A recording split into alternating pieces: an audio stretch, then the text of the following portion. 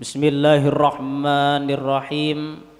Assalamualaikum warahmatullahi wabarakatuh. Alhamdulillahi rabbil alamin. Wabihi nasta'in ala umurid dunya waddin. Wassalatu wassalamu ala sayyidina Muhammadin wa ala alihi wa sahbihi ajma'in. At-tahiyyatul mubarakatus salawatu tayyibatu lillah. Assalamu alayka ayyuhan nabiyyu wa rahmatullahi wa barakatuh. Assalamu alayna wa ala ibadillahi salihin. Ashhadu an la ilaha illallah wa ashhadu anna Muhammadar Rasulullah, amma ba'du. Hadirin bapak-bapak, para jamaah Masjid Raudhatul Jannah, semoga langkah kakinya menuju ke tempat ini menjadi wasilah penggugur dosanya masing-masing, dan semoga niat baiknya untuk thalabul ilmi menjadi wasilah pemberat mizan kita di akhirat kelak. Amin ya rabbal alamin. Pertama-tama marilah kita panjatkan rasa syukur kita kepada Allah Subhanahu wa taala yang terus memberikan dan mencurahkan banyak kenikmatan kepada kita, wabil khusus nikmat iman yang mendorong kita untuk selalu mendekatkan diri kepada Allah, wabil khusus nikmat Islam yang menjadikan kita bersaudara di dunia dan insya Allah bersaudara sampai akhirat kelak.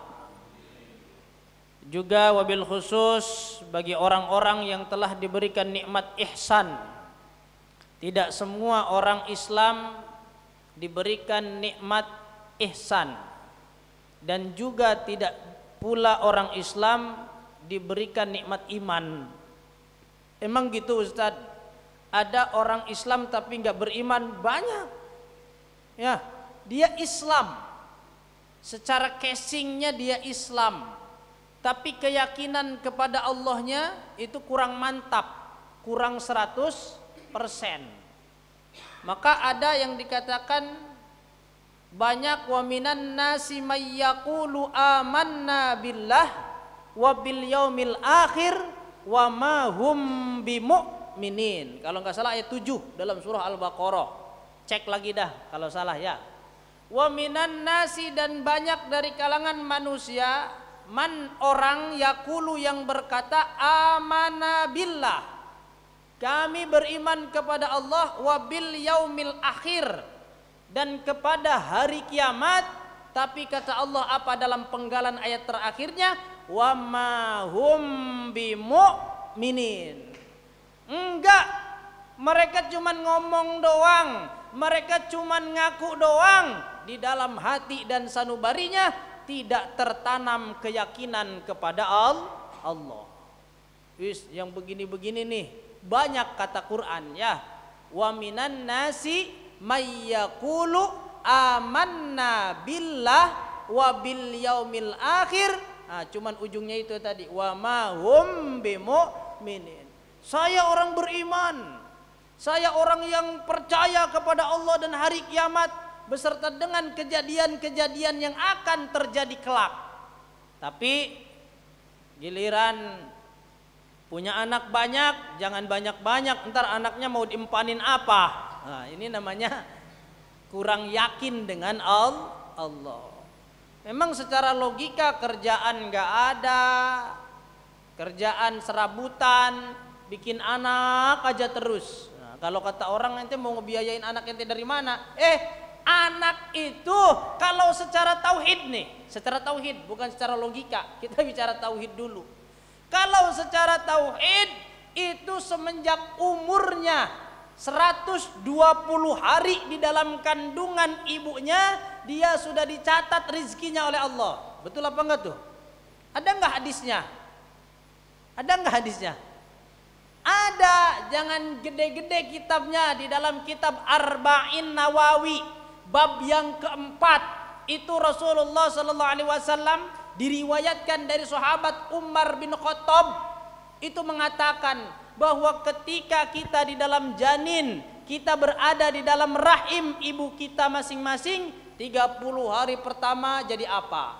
Ya, 40 hari pertama jadi apa? 40 hari kedua jadi apa? 40 hari ketiga kita ini dituliskan ajalnya, sa'idun amsaqiyunnya, rizkinya pula sudah ditentukan oleh Allah Subhanahu wa taala. Tapi masih baik yang namanya rezeki jadi ragu-ragu kepada Allah Subhanahu wa taala. Entar anak kita makan apa?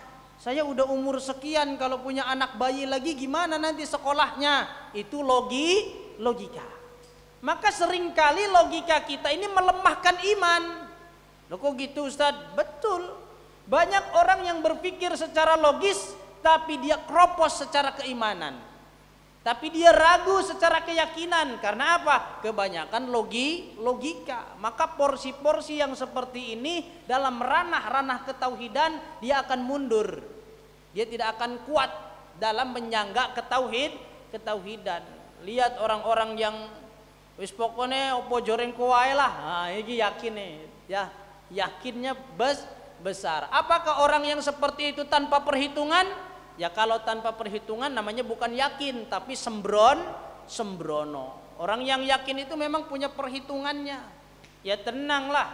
Nanti juga orang ini anak kita, walaupun kita mati nih, sebelum anak kita gede ada jalan rizkinya. Betul apa enggak? Kadang-kadang kita mengaku sebagai Ar-Razzaq, sebagai ayah, terkadang mengaku saya yang memberi rizki kepada istri saya. Tuh, saya yang memberi rizki kepada anak-anak saya. Tuh, ngaku sebagai Ar-Razzaq. Padahal Ar-Razzaq itu adalah Allah. Kita hanya sebagai wasilah. Ini perlu dipahami ya. Kita hanya sebagai wasilah rizkinya istri, rizkinya anak-anak. Apakah ketika kita mati anak kita tidak ada rizkinya? Ada enggak coba? Masih ada rizkinya apa enggak? Nanya saya, ada enggak? Masih dikasih rizki enggak?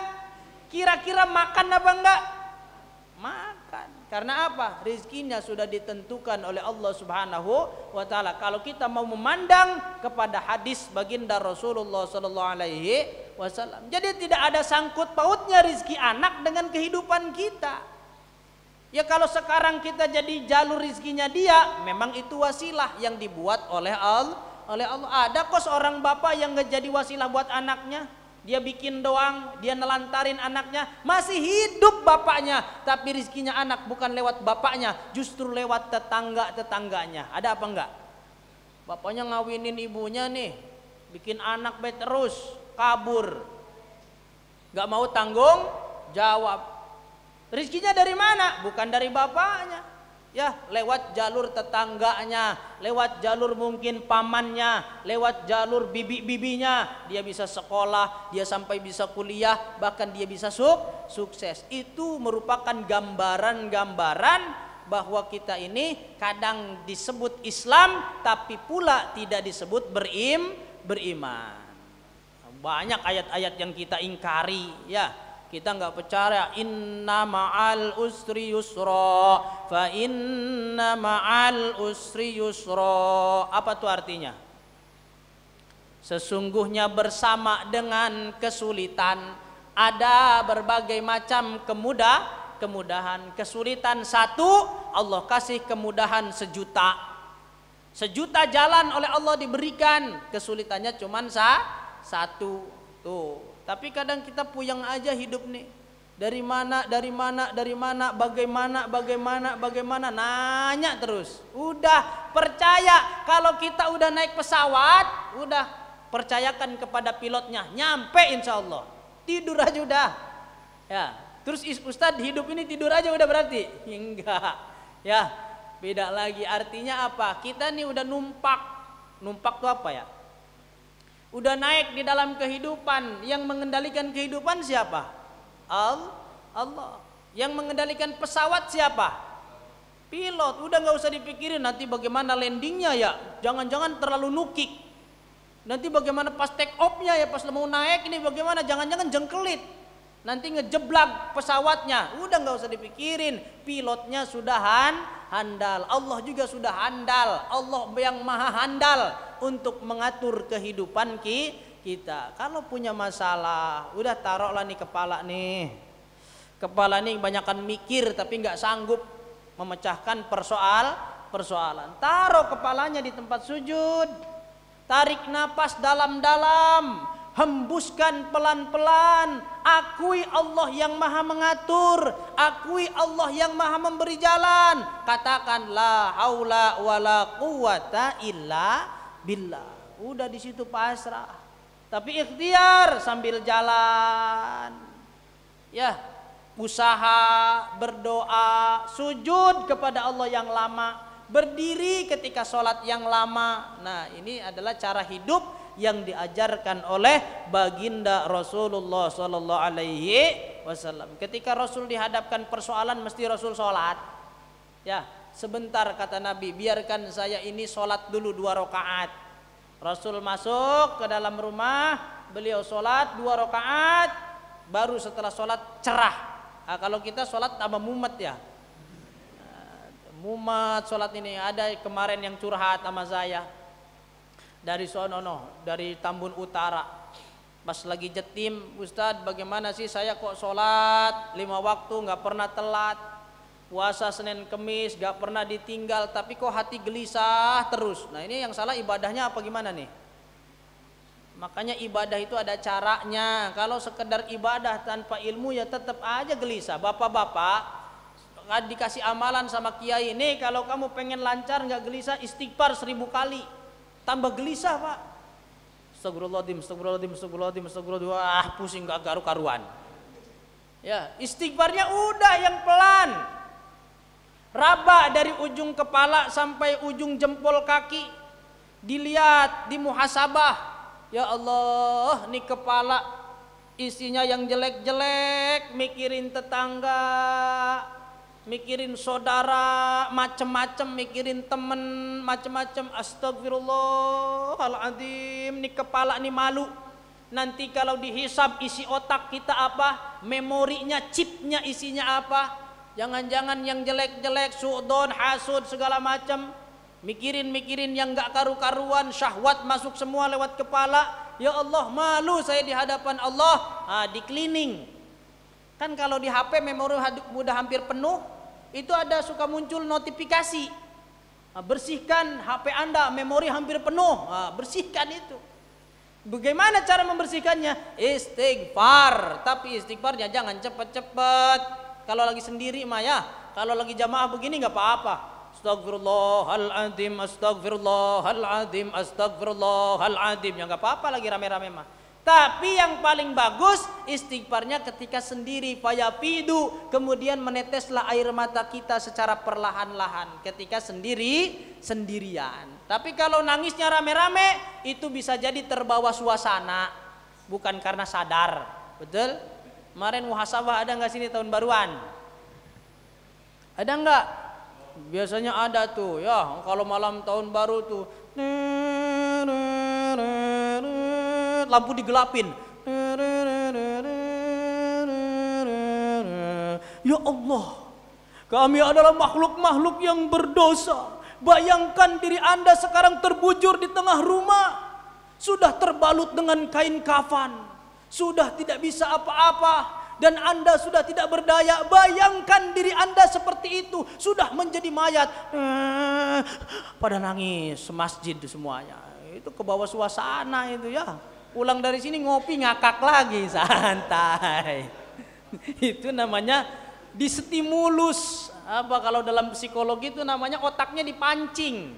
Otaknya disuruh membayangkan yang ngeri-ngeri. Otaknya disuruh membayangkan yang menakutkan. Akhirnya dia sendiri membayangkan, oh iya diri saya lagi membujur di tengah rumah, anak saya nangis, istri saya nangis, tetangga saya nyengir. Ya Allah, kenapa ngincer istri kita ya? Udah mati dia nih, sekarang bininya gua kawinin gitu ya. Kata orang yang nunggu, aku tunggu jandamu, itu beneran itu ada ya. Sampai orang suaminya mati, dia ketawa. Oh alhamdulillah nih, suaminya udah mati nih, bininya cakep banget. Nah, udah dah diambil, nanti PDKT kapan-kapan deketin anaknya, santunan anak yatim, modusnya. Iya modusnya ya. Saya emang nggak pernah nitip ke masjid santunan anak yatim, saya yang antar sendiri. Beras 20 kilo saya panggul sendiri. Wow mantep kan, superhero banget ini orang. Begitu dianterin, Pak di sini Pak, kata mamahnya itu, wah di keringetnya pura-pura dibanyakin ya, padahal cipratin air tuh. Ini orang berjuang banget katanya buat nyumbang saya ini. Mana anaknya, diusap kepalanya, ya Allah anaknya ganteng banget kalau laki, anaknya cantik banget kayak mamahnya ya Allah gitu kan, pura-puranya gitu. Sekolah di mana ini Bu? Sekolah di ini. Oh ya udah nanti saya yang nanggung SPP-nya. Wah alhamdulillah. Lama-lama duduk di situ ngobrol. Udah lama sebulan, 2 bulan santunan, setahun. Nah lama-lama masuk dah ke hatinya ya. Nggak ada kepikiran Bu buat nambah suami, apa mau ganti suami, apa mau gimana ini katanya. Nambah gimana, suami saya udah mati gitu kan. Nah, ganti aja lah sama saya gitu ya. Nanti saya anak-anaknya saya yang sayangin. Oh ya udah. Ibu yang sayang kelonin gitu ya, anaknya disayangin, ibunya dikelonin. Modus. Ada yang dulu santunan ke saya nitip mulu, begitu pas dijejerin anaknya sama ibunya. Ya kan kalau acara anaknya sama ibunya suka dijejerin tuh ya. Mana silakan ke sini, Ananda siapa gitu, Ananda A, maju ke depan, didampingin ibunya karena masih kecil bocahnya. Oh dijejerin, jamaah kan ngelihat donatur. Oh ibunya orang ini nih, ibunya bocah ini cakep juga ya. Akhirnya bulan depan gak nitip lagi. Saya tanya WA, Pak kok gak pernah nitip lagi santunan anak yatim? Enggak Ustaz, saya anterin sendiri sekarang. Semuanya dianterin sendiri? Enggak, cuman satu Ustaz. Yang mana? Yang ono. Oh udah ketahuan ini modus ini pasti nih. Bisa baik. Nah itulah ya. Nah, itulah kehidupan kita, ngaku iman, ngaku Islam, tapi sebenarnya kurang yakin. Udahlah, jadi orang jangan pinter-pinter Pak. Bener, jadi orang pinter itu susah yakinnya. Ya, ini tahu, itu tahu, begini bisa, begitu bisa. Itu susah jadi orang yakin. Kenapa? Karena dia punya referensi dalam dirinya sendiri. Tidak bersandarnya kepada Allah. Lihat deh orang pinter-pinter, susah yakinnya Pak. Suruh ngamalin ini amalin sholawat 1000 kali. Allah, masa maca sholawat doang bakalan selesai urusan saya? Nggak mungkin, nggak percaya. Karena apa? Akalnya terlalu pinter, tapi hatinya bodoh. Naudzubillahi min dalik. Maka kata Nabi, aksaru min ahlil jannah, termasuk bagian orang yang terbanyak di surga itu al-bulhu, orang-orang bodoh. Kenapa? Orang-orang bodoh mah ya aja. Pak amalin Pak ini Pak, baca surat Waqiah setiap hari, nanti bakal jadi orang kaya, sampai mati miskin terus dia. Ya, kata dia, tapi percaya, mungkin besok jadi orang kaya, mungkin besok jadi orang kaya, besok lagi, besok, sampai dia mati masih miskin baik. Tapi masih diamalkan. Ya minimal sehat Pak, nggak ngeluarin biaya. Nginep di rumah sakit lumayan loh Pak. Ya, anak saya kemarin sakit 5 hari di rumah sakit, itu seharinya 1.200.000. Nggak pakai BPJS, nggak pakai asuransi apa-apa, karena saya nggak punya. Habis berapa itu? Habis 6 juta 5 hari. Ya, keluarin tuh duit 6 juta. Oh ternyata nginep di rumah sakit mahal. Makanan cuma begitu doang, bubur sama sayur kol doang itu. Mending di hotel. Di hotel 1.200.000 udah lumayan, bisa renang, ya bisa makan enak, kopi break segala macam, nonton karaokean, ya yang doyan tuh di hotel-hotel. Nah, ini di rumah sakit 1.200.000 sehari, 6 juta habis 5 hari. Cuman boboan di rumah sakit. Maka bersyukur. Kaya itu bukan mesti, kata Nabi, ginaul mal. Kaya itu tidak harus dikatakan kaya harta, tapi ginaun nafsi, tapi hatinya kita merasa cukup. Dikasih teh cukup, udah nggak usah ngebayangin es krim, ngebayangin Coca-Cola, miskin lagi dia. Kan orang miskin itu orang yang tidak cukup, paham? Orang kaya itu orang yang berkecukupan. Teh cukup, kaya. Air putih bapak-bapak cukup, orang kaya. Makan nasi uduk, nggak usah bayangin yang lain-lain, cukup, kaya. Tapi lihat orang kaya, udah banyak makanan di depannya, masih ngebayangin yang lain. Itu namanya mentalnya mental miskin. Kan miskin itu kekurangan. Duh, kurang ini, kurang itu. Gak enak kalau gak ada ini, miskin dia. Gak enak hidupnya, gak cukup. Maka kata Nabi, laisal ginaul mal, walakinal ginaun nafsi. Bukanlah dikatakan orang kaya adalah orang yang banyak hartanya, tapi orang kaya adalah yang merasa cukup di dalam batinnya dengan apa yang diberikan oleh Allah Subhanahu wa taala. 20.000 cukup, sugih. Walaupun duwe 20.000. Nah, 1 juta, 1 miliar nggak cukup, miskin karena merasa kekurangan. Paham Bapak-bapak ya? Nah, maka semoga kita ini dikasih nikmat iman, nikmat Islam, dan sampai kepada nikmat ihsan. Nah, ihsan ini yang paling sulit. Apa tuh kalau di pesantren itu anta'budallaha ka'annaka taroh, fa illam takun taroh fa innahu yarok. Jadi ihsan itu selalu merasa diawasi oleh Allah Subhanahu wa taala. Ngaji merasa dilihat sama Allah, sholat merasa dilihat sama Allah, sehingga kita malu. Kalau hati kita kemana-mana kita malu. Hati kita bisa dilihat nggak sama Allah? Bisa Allah ngelihat hati kita? Bisa. Malaikat bisa ngelihat hati kita? Malaikat kadang bisa, kadang enggak. Malaikatnya banyak malaikat yang tertipu. Ya, di dalam riwayat Mu'ad bin Jabal, malaikat itu 3.000 malaikat tertipu dengan ibadah seseorang. Diantar tuh orang sampai ke hadapan Allah, kemudian kata Allah, terlaknat orang ini.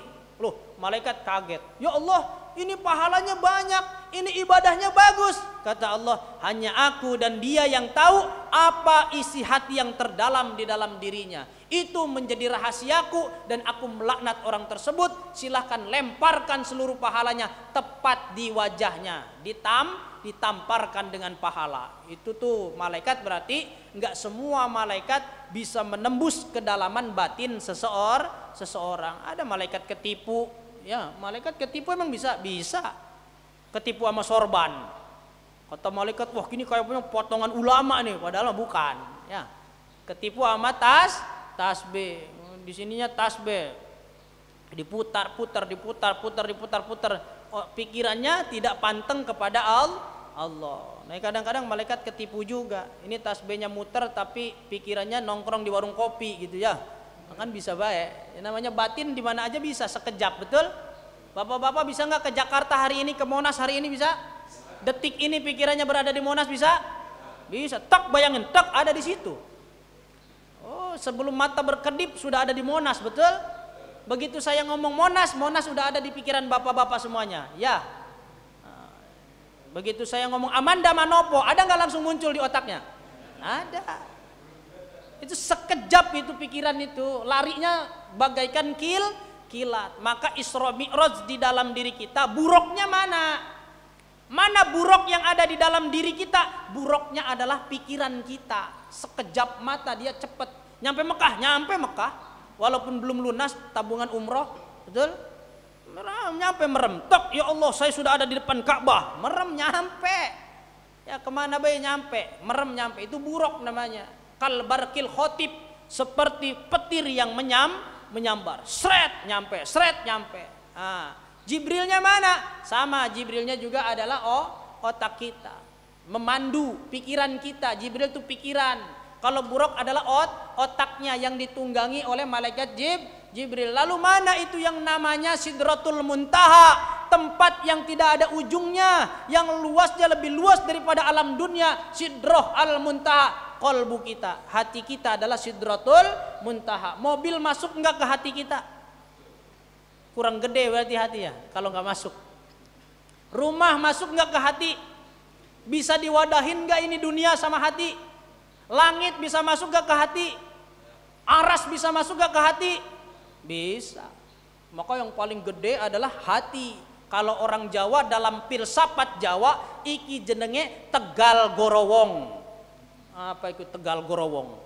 Artinya karang bolong.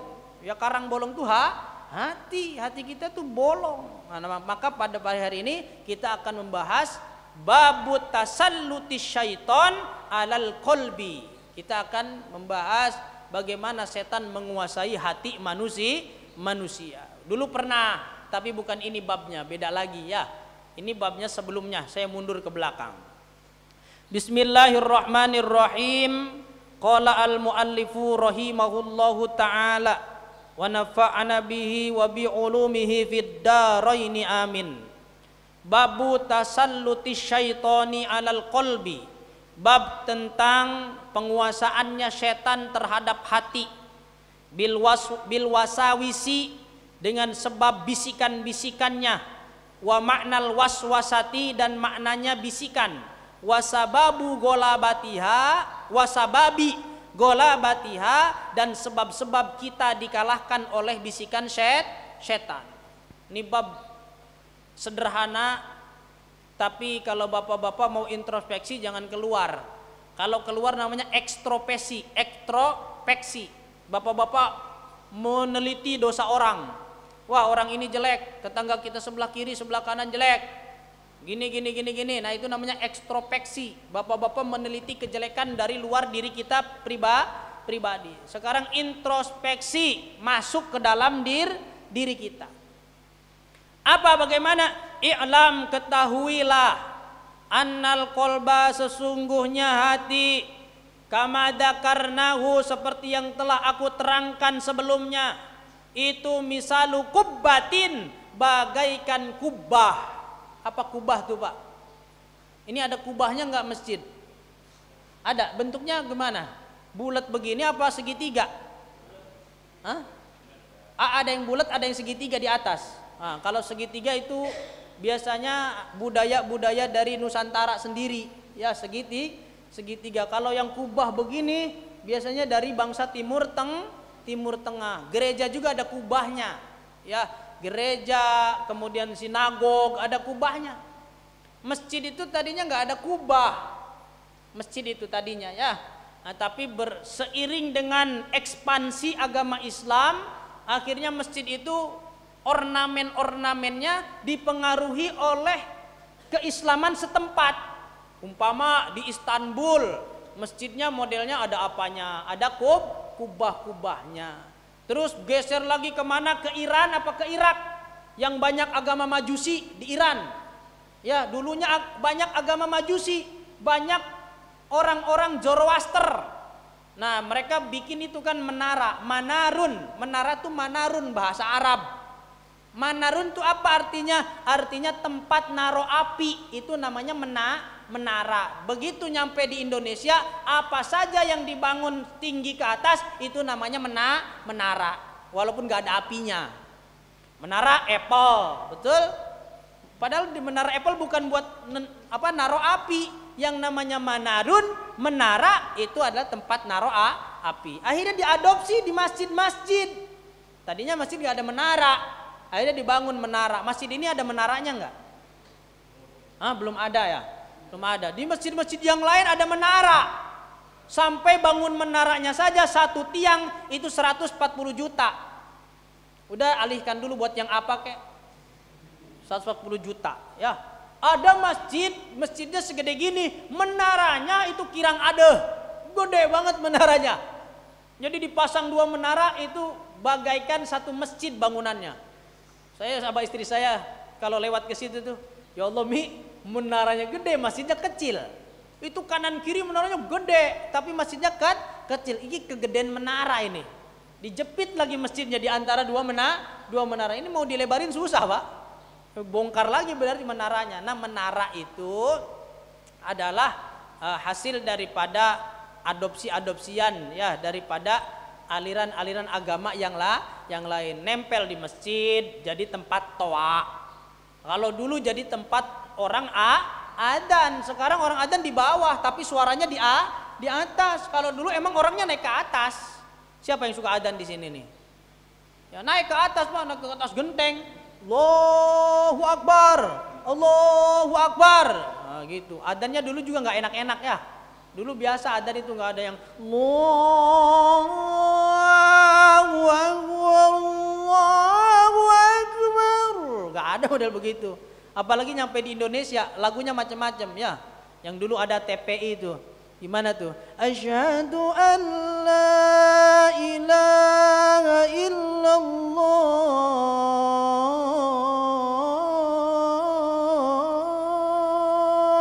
Macam-macam lah adzan. Ada yang nahawan, ada syikah, ada lagu-lagu yang lain. Bahkan orang Indonesia mah pakai Jawa lagunya ya kan?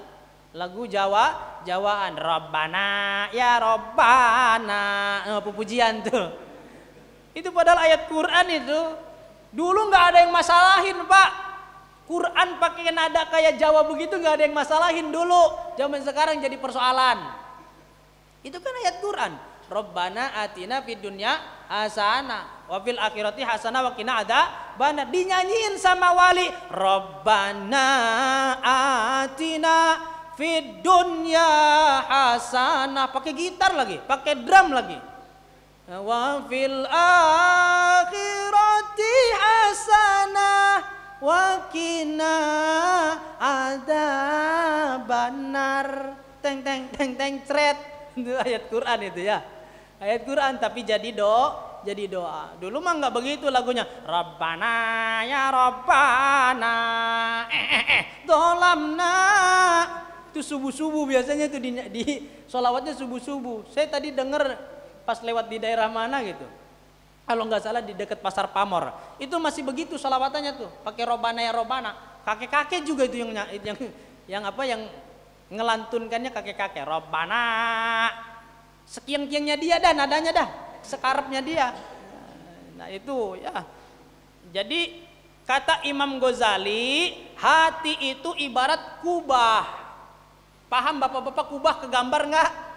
Nah, hati itu ibarat kubah. Misalu qubbatin bagaikan kubah madrubatin laha abwabun, yang mana kubah tersebut memiliki banyak pintu. Kayak masjid inilah, ada pintu kanan, pintu kiri, berfungsi apa enggak itu? Berfungsi. Yang dibuka pintu depan. Nah, ruang kosong ini ibarat hati kita bapak-bapak. Itu pintu-pintu itu nanti adalah jalur-jalur setan. Ini perumpamaan. Ini masjid. Ada nggak jalur setan di masjid? Banyak. Ya, jalur setan di masjid ya banyak. Setan emang nggak ada di masjid? Ada di masjid.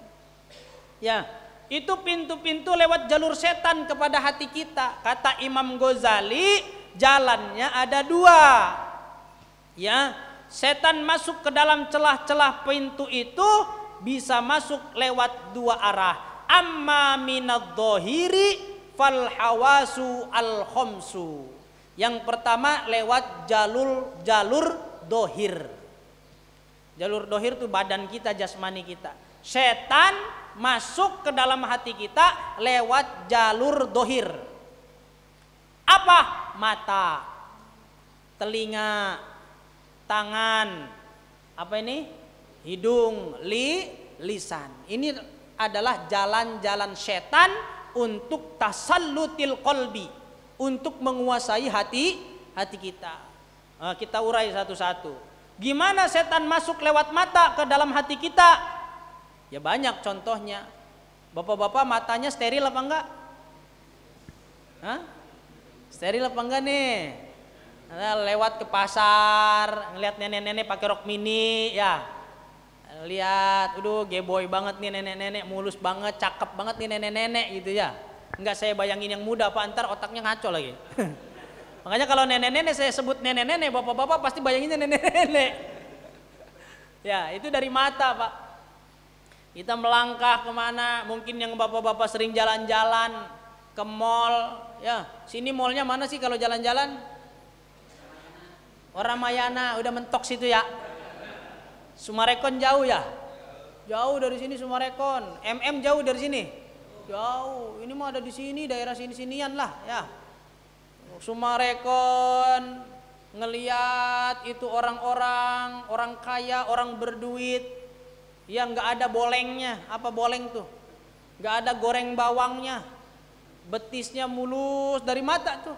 Akhirnya kebayang di otak, masuk ke dalam hati kita, mengendap di dalam akal bawah sadar, terbawa dalam alam mimpi. Nah, Terus lama-lama kepengen, kita ngelihat di kereta, bapak-bapak yang kerjanya pakai kereta siapa nih? Ada nggak? Nggak ada. Ya, umpama di kereta lagi gelantungan begini, di depannya ada cewek duduk main HP. Beh, itu cewek matanya belok, bulu matanya jungkit, bibirnya tipis, pipinya kuning langsat. Kayak apa rasanya tuh ya? Gitu ya.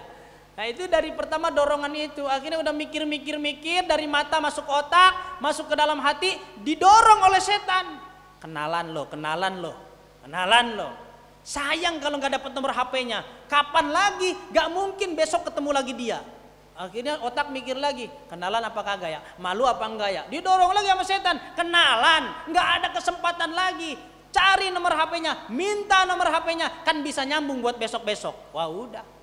Akhirnya Neng, mau kemana nih? Ngomong-ngomong pakai kereta. Oh mau ke sana Pak, mau ke Kota Tua. Nah, mentok rel kereta kan Kota Tua. Oh sama abang juga mau ke Kota Tua gitu kan.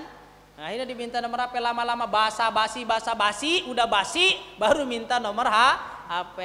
Boleh nggak tukeran nomor WA-nya? Oh Neng kerja di mana? Pura-puranya nanya kerjaan dulu. Enggak Mas, saya ini SPG, umpama, contoh. SPG apa? Rokok apa? Rokok ESE ya, rokok ESE. Ada kan bapak rokok ESE ya, yang bisa dipletek gitu kan, pletik rasa jeruk gitu kan, pletik rasa mangga, itu ESE double click namanya ya. Ada ESE cappuccino, ada macam-macam lah. Oh Neng, kebetulan saya juga suka rokok. Yang kayak gimana sih rokok ESE? Oh pura-pura beli dah ya. Pas turun ditemenin, udah makan belum Neng? Terus sampai nanti besoknya WA-an terus diajak kemana baik. Nah itu dari mana? Dari mata. Kemudian masuk ke pikiran, masuk ke dalam kolbu, didorong sama setan.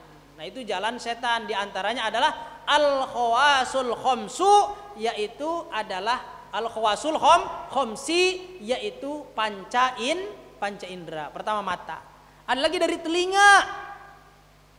Kita nggak pernah yang namanya ngelihat, tapi dari telinga kita bisa bermusuhan. Betul apa enggak? Nih bapak-bapak nih bertetangga, bapak-bapak berkawan, bapak-bapak bersahabat. Kawan kita datang nyamperin kita, ngomongin orang. Tad, saya mah sebel banget tuh sama bapak itu. Kenapa? Iya pelit banget orangnya. Kemarin saya nyeserin tuh sumbangan, masa cuma ngasih 2.000? Giliran dangdutan nyawer banyak banget tuh orang. Nah, kita yang nggak kenal umpama tadinya nggak kenal, nggak dekat, nggak tahu keburukannya, terus ngedenger. Nah, lama diceritain keburukannya sama teman kita, terus terpengaruh hati kita jadi ikut benci. Bisa nggak begitu? Bapak-bapak nih pengalaman apa enggak nih? Pernah nggak? Kita nggak pernah ada urusan sama seseorang. Kita tidak pernah ada urusan pribadi dengan orang lain, tapi diceritain kejelekannya sama teman kita, kemudian hati kita jadi ikut benci tiba-tiba. Pernah nggak begitu? Sering kan? Oh orang ini ternyata yang begitu, gitu ya. Padahal kita nggak ada urusan tadinya, karena diceritakan oleh teman kita keburukannya, akhirnya kita jadi punya urusan. Kita akhirnya ikut-ikut membenci. Itu setan. Tadinya dengerin cerita aja, kalau nggak punya filter, ini kuping masuk semua ke dalam hati. Tapi kalau kupingnya dipasang filter, itu yang jelek-jelek mental dah. Dia pura-pura dengerin dulu. Ya Allah, nih orang betah banget ngomongin orang ya, betah banget ngebuka aib-aib orang lain. Protek sama kita di hati kita, jangan sampai masuk, jangan terpengaruh. Akhirnya mungkin nggak begitu Pak, orang itu begini, kan dikanter sama kita. Ya kamu mah nggak percaya, nggak ngelihat sendiri sih. Ya alhamdulillah saya nggak ngelihat aib orang lain. Ya daripada ngelihat aib orang lain. Yang paling bagus itu kita melihat aib diri kita sendiri. Itu yang bagus. Kebanyakan orang ngelihat aib orang. Betul apa enggak? Iya, kepinteran. Pinter kalau tembus kepada aib orang, tapi aib diri sendiri, keburukan diri sendiri, kekurangan diri sendiri, nol. Kita nggak pernah bisa koreksi. Betul apa enggak? Nah, jeleknya diri kita di situ tuh. Nah, diantaranya adalah lewat telinga atau lewat hidung. Gimana lewat hidung tuh?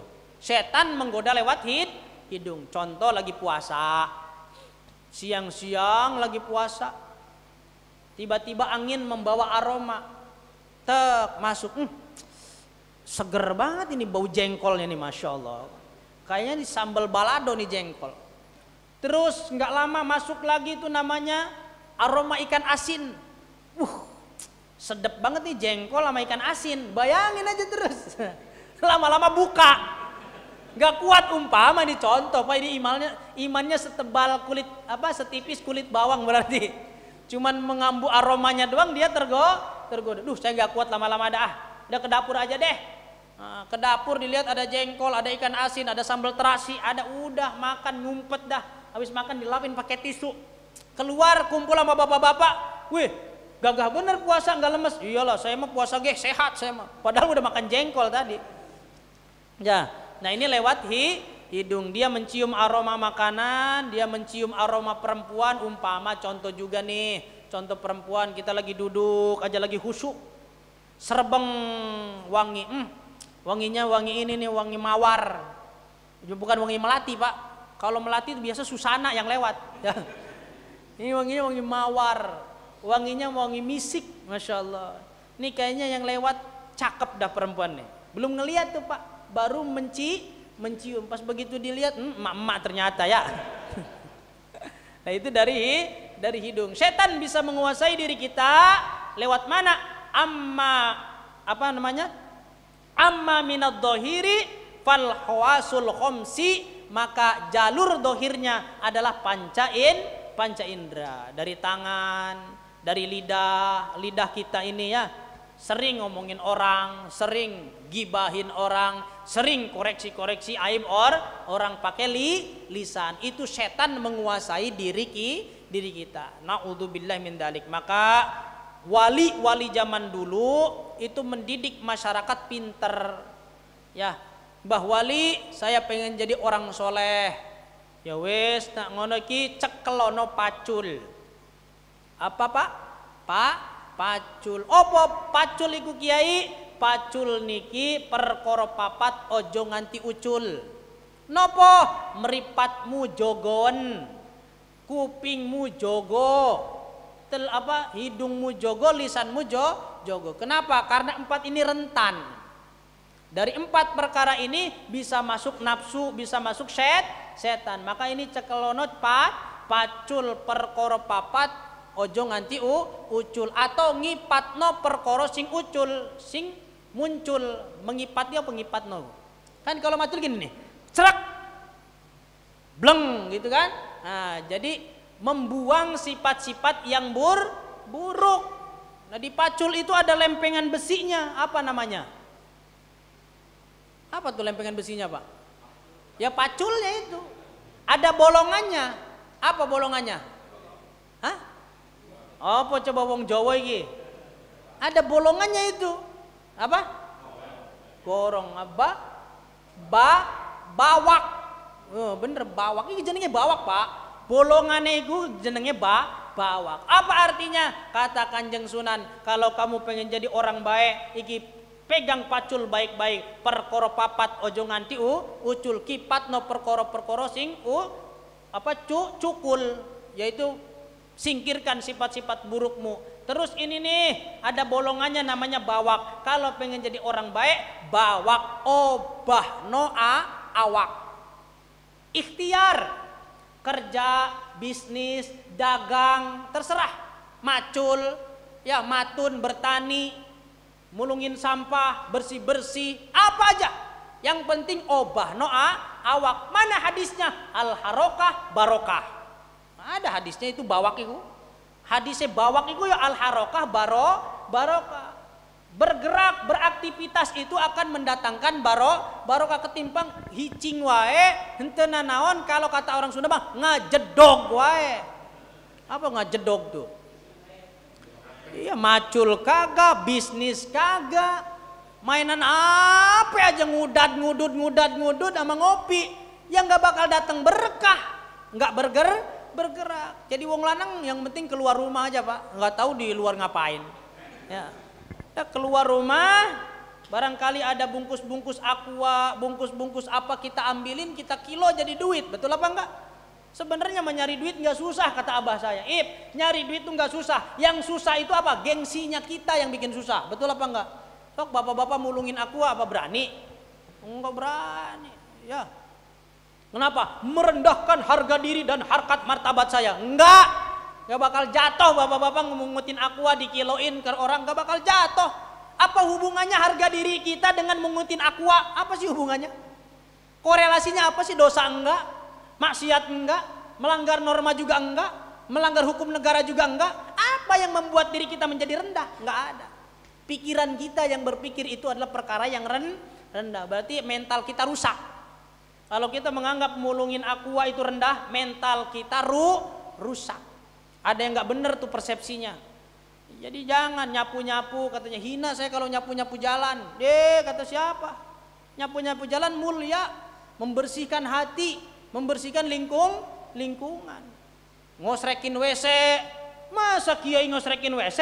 Masa kiai ustad ngosrekin WC? Nggak ada urusan. Mau kiai mau presiden ngosrekin WC tidak akan pernah jatuh pamor. Betul apa enggak? Enggak bakal jatuh pamor, Pak. Nabi ngejahit bajunya sendiri. Masa Nabi ngejahit bajunya sendiri? Rendah dong, cemen begini. Nabi nyuruh orang, tinggal nunjuk, tinggal begini. Enggak. Buktinya Nabi Muhammad enggak jatuh pamor. Betul apa enggak? Yang penting akhlak kita benar, iman kita benar, hidup kita benar. Apapun pekerjaannya tetap mulia di sisi Allah Subhanahu wa taala. Pan ada inna akramakum indallahi atqakum. Bukan inna akramakum indallahi presiden hukum, ustadz hukum, ya, guru hukum atau pejabat hukum. Enggak, bukan. Yang paling mulia di sisi Allah yang bertakwa kepada Allah. Siapa aja. Mau ustadz bertakwa mulia, kiai bertakwa mulia, pejabat bertakwa mulia, presiden bertakwa mulia, tukang sampah bertakwa mulia, tukang beca bertakwa mulia, karena bukan profesinya yang dipandang oleh Allah, tapi ketakwaannya. Tuh, kita kadang-kadang mikirnya ini sih masih terbawa oleh kasta. Apa tuh kasta tuh? Kasta itu ini, Pak. Kalau di dalam buku sosiologi ada namanya stratifikasi masyarakat. Ada kalangan sudra, ada kalangan kesatria, ada kalangan macam-macam, ada kalangan copet. Nah, copet itu yang ya rendah. Kenapa? Karena melanggar syariat. Itu mengutin aku apa enggak melanggar syariat kok? Ya, enggak melanggar hukum negara juga, enggak ngerugiin orang lain. Kenapa kita pandang rendah? Tidak ada kerendahan di sana. Ya, bisa jadi orang-orang seperti itu ketakwaannya lebih tinggi daripada kita yang serba rapih, yang serba terlihat terhormat. Mereka kehormatannya tidak terlihat di sisi manusia, tapi mungkin malaikat menghormati dia. Kan ada begitu modelnya ya. Itu namanya majhulun fil ardi wa mashhurun fis sama. Dia di bumi tidak dikenal, tidak dihormati, tidak populer, tapi malaikat semua kenal. Contohnya siapa di zaman Nabi? Uwais Al-Qarni. Sahabat Umar minta doa kepada Rasulullah, ya Rasulullah saya minta doa. Udah kalau minta doa, minta sama Uwais Al-Qarni. Weh, siapa tuh? Kata sahabat Umar, sampai-sampai Nabi mereferensikan saya untuk minta doa kepada beliau. Ini jangan-jangan orang yang luar biasa. Dilihat sama sahabat Umar, lah casingnya biasa aja, kayak bukan ulama, casingnya kayak bukan ustadz, casingnya kayak bukan orang alim, kayaknya orang biasa-biasa aja nih. Tapi kok Nabi nyuruh saya ke sini? Ada apa di balik itu? Oh, ternyata dia adalah kekasihnya Allah. Begitu meninggal dunia, orang mau berebut ngafanin, sudah dikafanin. Orang mau berebut mandiin, udah dimandiin, udah beres. Orang mau gotong, mau nguburin, udah beres kuburannya. Siapa yang mandikan? Siapa yang mengkafankan? Siapa yang mensolatkan? Siapa yang menguburkan? Para malaikat. Bukan kelas kita ini. Kita masih nyari-nyari mudin, Pak, kalau mati. Ya. Di sini mah enggak ya? DKM kali yang mandiin. Udah ada kan latihannya kan?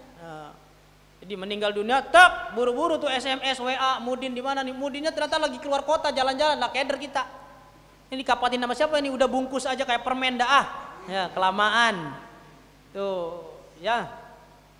Jadi tidak memandang dohir, kita ini dipandang oleh Allah seberapa jauh ketakwaan kita kepada Allah Subhanahu wa ta'ala. Apa tadi itu? Bawak. Bawak itu obah noa awak. Terus yang kayunya itu namanya apa? Doran. Apa maknanya? Dungo maring pangeran. Jadi kalau sudah berusaha bawak, berikhtiar, ngobah no awak, yo jolali, jangan lupa doran dungo maring pangeran. Itu satu paket pacul tuh. Oh, ulama zaman dulu ya perkara papat ojo nganti ucul. Di sini kitabnya, kitab Ihya Ulumuddin. Nanti kita cerita pewayangannya di sini ada ya. Pewayangan lakon setan karo lakon malaikat. Tapi bukan pagi hari ini karena kayaknya nasi uduk udah datang, nggak enak juga kalau nasi uduknya apa mengaweh-ngaweh ya, memanggil-manggil kita. Nah itu ya, jadi setan itu masuk ke dalam hati kita lewat mana? Kalau dohir lewat panca indra, lewat mata bisa, lewat telinga bisa, lewat hidung bisa, lewat lisan bisa, lewat penyentuhan bisa. Nanti secara batinnya kita bahas insya Allah di bulan depan. Semoga umur panjang, sehat walafiat. Amin Allahumma amin. Hadirin bapak-bapak para jamaah yang dimuliakan Allah Subhanahu wa taala, barangkali ada yang mau ditanyakan dari apa yang disampaikan. Ustadz saya nggak paham nih masalah ini, coba ditanyakan. Kalau bisa saya jawab, kalau enggak ya udah nggak dijawab. Ntar PR. Monggo silakan Pak.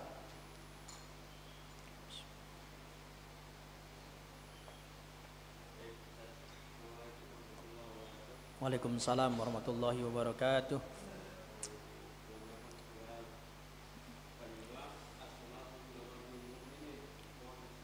As-salatu mi'rajul mu'minin.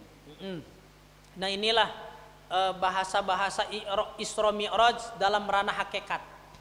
Ya, tadi Ustadz tanya apa makna as-salatu mi'rajul mu'minin. Ada juga korelasinya dengan qalbul mu'min baitullah. Hatinya orang mukmin adalah rumahnya Allah. Dan as-salatu mi'rajul mu'minin, salat adalah cara mi'rajnya orang-orang mukmin. Apa maknanya?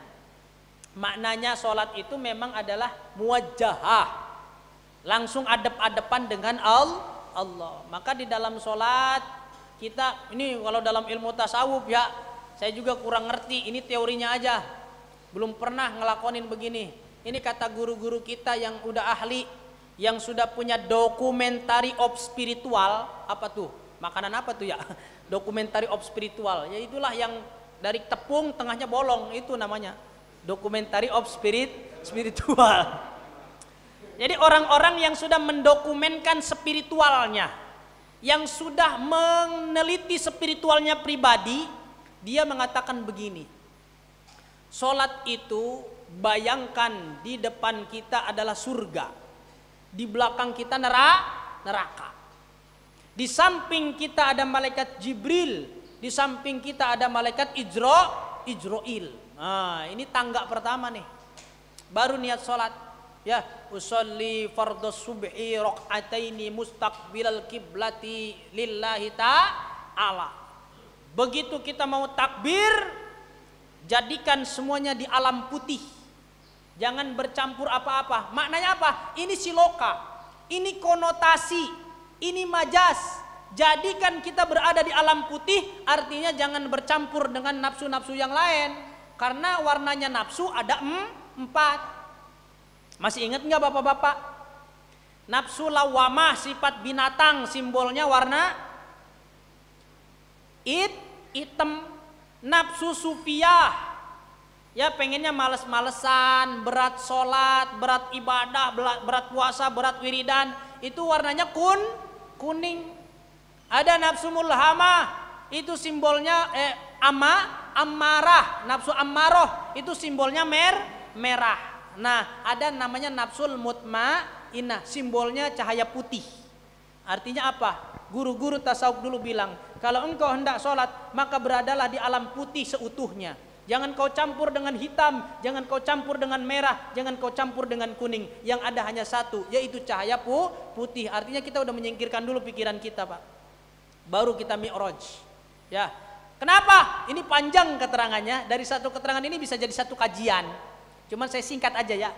Nabi ya, itu simbol untuk kita ketika sebelum mi'raj, beliau dibedah. Wa yashukku sadrahu wa yashukku sadruhu.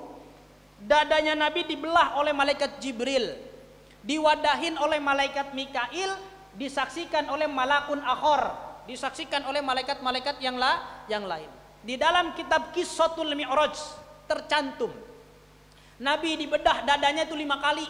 Waktu umur sekian, dan sampai pada akhirnya Nabi ketika ingin Isra Mi'raj dibedah dadanya, dikeluarkan bagian hatinya, dimasukkan ke dalam cawan emas, kemudian dicuci dengan air zam-zam. Apa simbolisasi dari ini? Sebelum Nabi ketemu Allah, Nabi dibersihkan isi hatinya. Padahal Nabi udah bersih, Pak.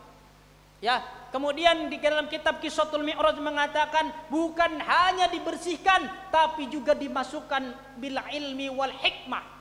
Dimasukkan ilmu oleh Allah, dimasukkan hikmah, bisa membaca kebijaksanaan, bisa membaca apa yang berada di balik semua kejadian itu namanya hikmah. Nah, kita sebelum sholat wudu, nggak usah deh bapak-bapak ngebelek hatinya, dicuci pakai air wudu, nggak usah, nanti mati malahannya. Nah, kita wudu, kumur sunnah, istinsyak sunnah, nah itu kita bersihin deh. Ketika kumur-kumur, ya Allah, mulut nih banyak ngomong yang nggak benar, buah, semprotin, jangan ditelan, buang tuh kotoran mulut. Saya mau menghadap Allah, mulutnya nggak bagus kalau banyak kotoran, omongin orang. Istinsyak, nyesep banyu maring irung, dikeluarin juga, banyak kotoran di hidung saya, pakai nyium parfum, cewek segala macam. Kemudian muka, mata kita kena wajah kita, nih muka nih. Kebanyakan nyari muka kepada orang, ibadah pengennya dilihat orang, amal baik pengennya dilihat orang. Ya Allah, sekarang aku akan cari muka kepada Engkau, ingin mencapai keriduanmu. Tangan nih, banyakkan nyolong di pabrik nih. Ada besi-besi kita bawa ke rumah, ada kardus kita bawa ke rumah, nyolong kita nih. Tangan gak bener nih, buat makan anak istri, ya Allah, dibasuh di air wudhu. Kepala diusap, nih mikir yang kagak-kagak. Ini yang hakikat nih Pak, ya. Ini kepala mikir yang enggak, kepala kasihan banget nih, nanti digendir sama malaikat. Bersihin pikiran, diusap. Telinga sunnah, diusap, dicuci. Telinga dibasuh juga. Telinga nih kebanyakan denger gosip-gosip yang kagak-kagak, yang kagak genah. Akhirnya kita pikirannya kemana-mana, perasaannya kemana-mana. Cuci tuh telinga. Kaki, kaki, ya Allah, ya Rabb, ini banyak melangkah ke tempat-tempat maksiat, banyak melangkah ke tempat-tempat yang dimurkai Allah. Udah jalan sholat di alam putih, hanya Allah Subhanahu Wa Taala yang ada. Allahu Akbar. Ini teorinya, saya juga belum pernah nyampe ke sini Pak. Paham? Jangan dilihat, Ustadz Iib ternyata sholatnya model begini. Enggak. Sholat saya masih Allahu Akbar. Ingat sendal, ingat kunci, ingat sanyo, ingat apa segala macam, ingat token listrik segala macam. Itu sholat saya. Ini mah cerita sholatnya wali. Sholatnya orang-orang kekasih Allah. Dia benar-benar pakai hakikat, bukan kecepek beres wudhu, masuk masjid, sholat Allahu Akbar, salam, beres. Itu mah namanya makan tapi tidak tahu rasanya, tahu-tahu kenyang, nggak enak, nggak ada penghayatan. Oh ya Pak, jangan kalah sama penikmat musik Pak. Penikmat musik ngedengerin musik bisa sampai nangis Pak. Nggak ada lagunya padahal, cuman alunan musiknya doang. Kayak tadi tuh.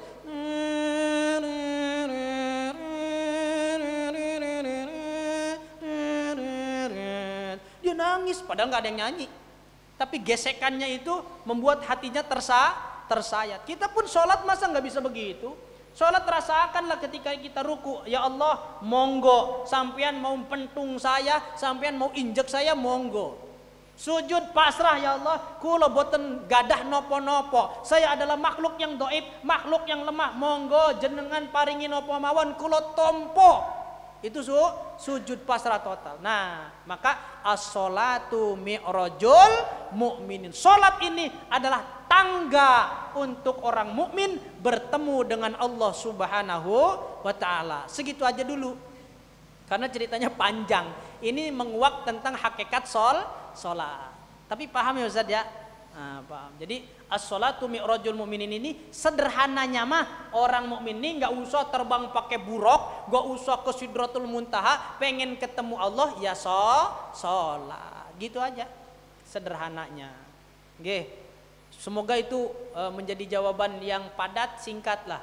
Nah, tapi kalau pengen menguak rahasia di balik sholat, Masya Allah, kita bakal heran dengan sholat.